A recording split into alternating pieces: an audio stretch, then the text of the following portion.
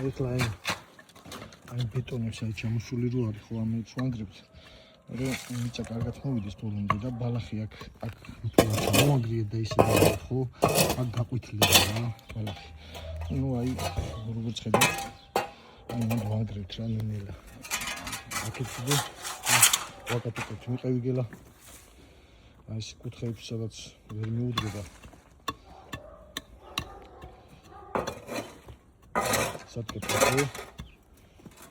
ვაკატებთ სამეtra ეს არის ჩვენი სათქები 70 კილოა წონაში და აი აქთან ხარ უკვე დავაკატებთ და მე დაკატებებზე ხორცი უნდა გადავწერო ეს ნაფხურები რაღაცეები ყველაფერი უკასოდეს რა ასე